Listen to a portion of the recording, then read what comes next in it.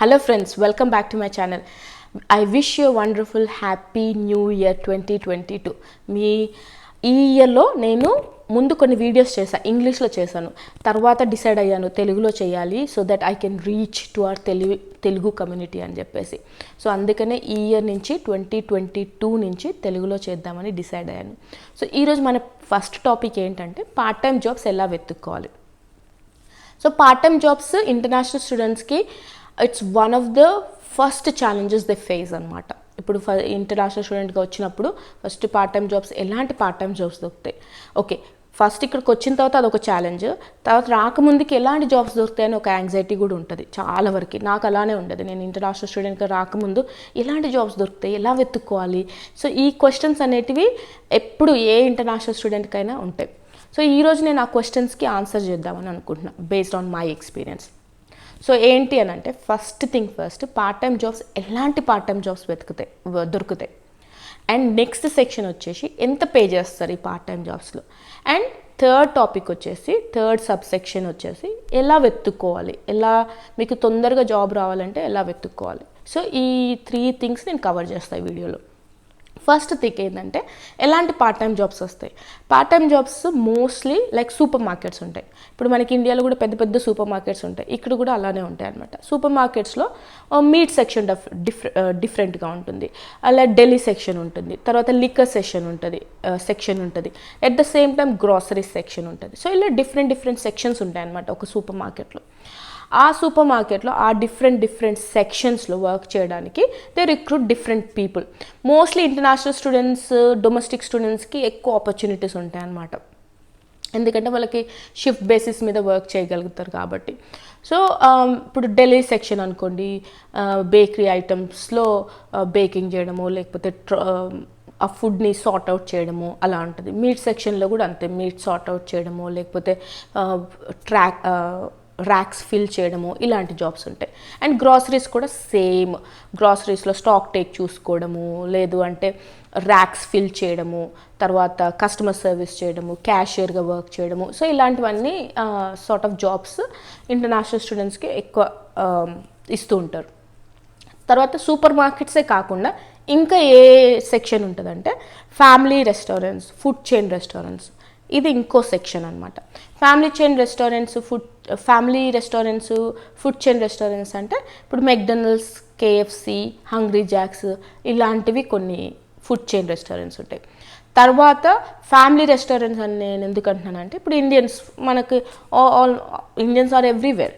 So ఆస్ట్రేలియాలో కూడా family owned restaurants ఉంటాయి, వాళ్ళు ఓన్ చేసుకున్న రెస్టారెంట్స్ ఉంటాయి. ఇండియన్ రెస్టారెంట్స్ కానీ, ఇటాలియన్, మెక్సికన్, ఇలా డిఫరెంట్ కంట్రీస్ నుంచి వచ్చి సెట్ చేసుకున్న రెస్టారెంట్స్ ఉంటాయి.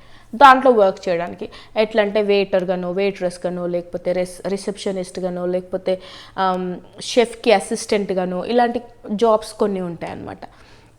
సో ఈ జాబ్స్ ఫ్యామిలీ రెస్టారెంట్స్ కూడా, ఇలాంటి జాబ్స్ కూడా ఇంటర్నేషనల్ స్టూడెంట్స్ వర్క్ చేస్తారు. తర్వాత ఇంకో సెక్షన్ ఏంటి అని అంటే ఊబర్. ఇప్పుడు మనకి ఇండిపెండెంట్ కాంట్రాక్టర్స్ ఎక్కువ అయిపోయింది. సో ఊబర్ కూడా it's adding a lot of value for international students అని చెప్పాలి. ఎందుకంటే వాళ్ళు ఇండిపెండెంట్గా, వాళ్ళకి డ్రైవింగ్ స్కిల్స్ వచ్చేసరికి, మీకు డ్రైవింగ్ స్కిల్స్ ఉన్నాయనుకోండి, మీరు ఊబర్ ఈట్స్ చేసుకోవచ్చు, లేదు అని అంటే ఊబర్ డ్రైవింగ్ చేసుకోవచ్చు. సో ఇది ఒక ఆప్షన్. అమెజాన్ వచ్చింది. ఇప్పుడు అమెజాన్ ఏంటి, పార్సల్ డెలివరీస్ ఉంటాయి, పార్సల్ డెలివరీస్ కూడా చేసుకోవచ్చు. సో ఇలాంటి జాబ్స్ కూడా మీరు అప్లై చేసుకోవచ్చు అనమాట, డెలివరీ సెక్షన్. ఇవే కాకుండా ఇప్పుడు ఇంటర్నేషనల్ స్టూడెంట్స్ అంటే ఒక ట్రేడ్ మార్క్ పడిపోతుంది. ఓకే, ఇంటర్నేషనల్ స్టూడెంట్గా వస్తే ఈ జాబ్స్ తర్వాత తప్ప ఇంక ఏ జాబ్స్ చేయలేరు అన్న ఒక అపోహ ఉంది అని అనిపిస్తుంది నాకు ఇంటర్నేషనల్ స్టూడెంట్స్లో. ఎందుకంటే నేను వచ్చినప్పుడు ఇంటర్నేషనల్ స్టూడెంట్గా నాకు ఒక 11 months ఎక్స్పీరియన్స్ ఉండే ఇండియాలో. సో ఇక్కడికి వచ్చిన తర్వాత చాలామంది సీనియర్స్ ఏమన్నారంటే, నో, అసలు మీకు దొరకదు జాబ్ మీ ఫీల్డ్లో, మీకు 11 months ఎక్స్పీరియన్స్ ఉంది, ఇంటర్నేషనల్ స్టూడెంట్స్ అంటే ఇలాంటి జాబ్సే చేయాలి, ఇలాంటి ప్లేసెస్లోనే వర్క్ చేయాలి అని చాలామంది నన్ను డిస్కరేజ్ చేశారు. కానీ నాకు ఇంకో ఆప్షన్ లేకుండా, ఎందుకంటే నాకు ఎవ్వరు తెలియదు ఇక్కడ వచ్చినప్పుడు, ఆస్ట్రేలియాలో ఎవ్వరు తెలియదు. సో నాకు తెలిసిన వెబ్సైట్స్లో వెళ్ళి నేను I started looking for job. అప్పుడు 1 మంత్లో నాకు జాబ్ వచ్చేసింది. సో నేను ఏం సజెస్ట్ చేస్తానంటే it's from my experience, and not only from my experience, నేను చాలామంది నా బ్లాగ్ ద్వారా కూడా ఎవరికైతే గైడ్ చేశానో వాళ్ళకి ఆ ఫీల్డ్లో జాబ్ వచ్చేసింది. సో మీకు ఒకవేళ ఎక్స్పీరియన్స్ ఉందనుకోండి, 1 year 2 years ఎక్స్పీరియన్స్ ఉందనుకోండి, మీ ఫీల్డ్లో ఫస్ట్ ట్రై చేయండి. ఎందుకంటే అప్పుడు నేను వచ్చినప్పుడు కంపెనీస్ చాలా తక్కువ, and at the same time competition కూడా తక్కువ. ఇప్పుడు కంపెనీస్ ఎక్కువ, కాంపిటీషన్ కూడా ఎక్కువ ఉంది. సో కంపెనీస్ ఎక్కువ ఉన్నప్పుడు వై డోంట్ యూ ట్రై? ఇప్పుడు స్టార్టప్ కంపెనీస్లో చాలామంది they look for youngsters. Experienced people definitely startup కంపెనీస్లో వెళ్ళరు. So they want someone to grow with them. ఇప్పుడు క్యాన్వా అనే కంపెనీ ఉంది. క్యాన్వా అనే company Australian owned company. So అది started from a scratch. Always వాళ్ళకి ఎప్పుడు ఏదో ఒక జాబ్ రెడీగా ఉంటుంది, వాళ్ళకి ఇంటర్న్షిప్స్ కానీ ఏదైనా ఒక జాబ్ ఎప్పుడు ఉంటుంటుంది అక్కడ. So try for that type of companies. And Ribbit.net అనే ఒకటి ఉంది ఇంకోటి. ఆ వెబ్సైట్ ఏంటంటే అన్ని స్టార్టప్ కంపెనీస్ గురించి మాట్లాడుతుంది. సో అలాంటి స్టార్టప్ కంపెనీస్లో ఏమేమి స్టార్టప్ కంపెనీస్ ఉన్నాయి, ఏమేమి జాబ్స్ ఆఫర్ చేస్తున్నాయి ఆ స్టార్టప్ కంపెనీస్లో. సో మీరు దాంట్లో అప్లై చేసుకోవచ్చు. మీకు ఒకవేళ ఎక్స్పీరియన్స్ లేకపోయినా, మీకు ఒకవేళ కోడింగ్లో ఎక్స్పర్టీస్ ఉంది, లేదంటే మీకు ప్రోగ్రామింగ్లో you are very good at it, or maybe మీరు అకౌంటింగ్లో మీకు వెరీ గుడ్ నాలెడ్జ్ ఉంది, లేదు అని అంటే you have a capability to work, good communication skills ఉన్నాయి.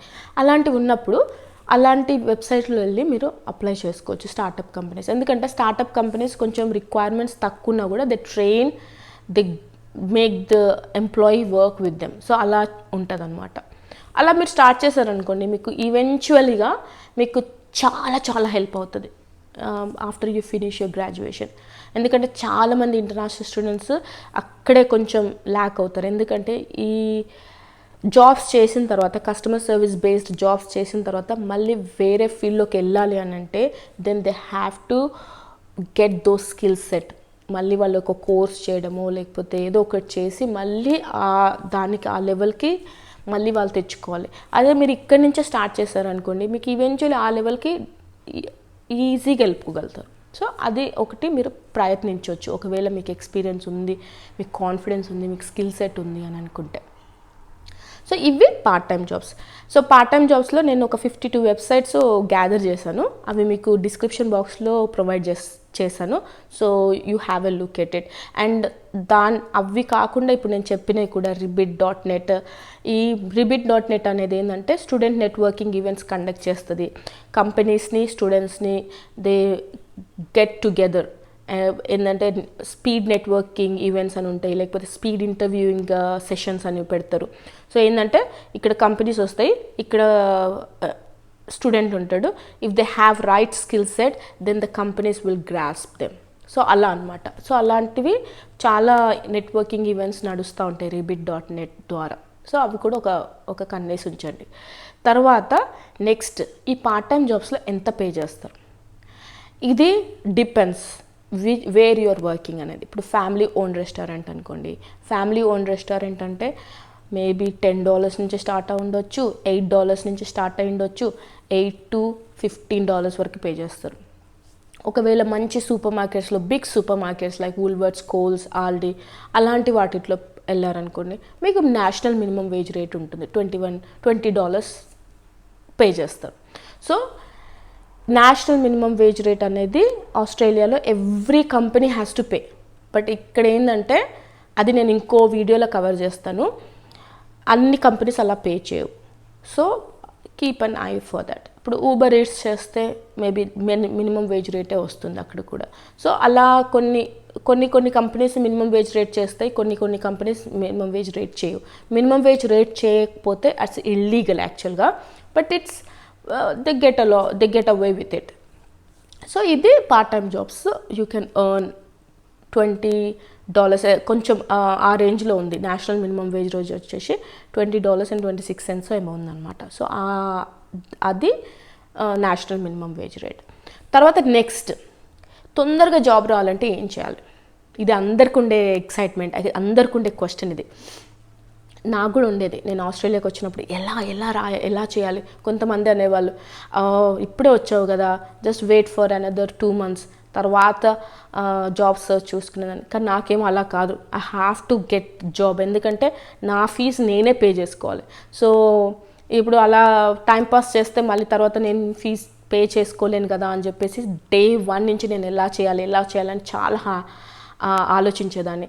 And even before coming to Australia I started looking for opportunities అనమాట. అలా మీకు అలానే ఉంటే మీరు ఏం చేయొచ్చు అని అంటే, ఇప్పుడు seek.com ఉంది, indeed.com.au, ఈ 2 మేజర్ రిక్రూట్మెంట్ వెబ్సైట్స్ అనమాట. దాంట్లో వెళ్ళి చేయొచ్చు.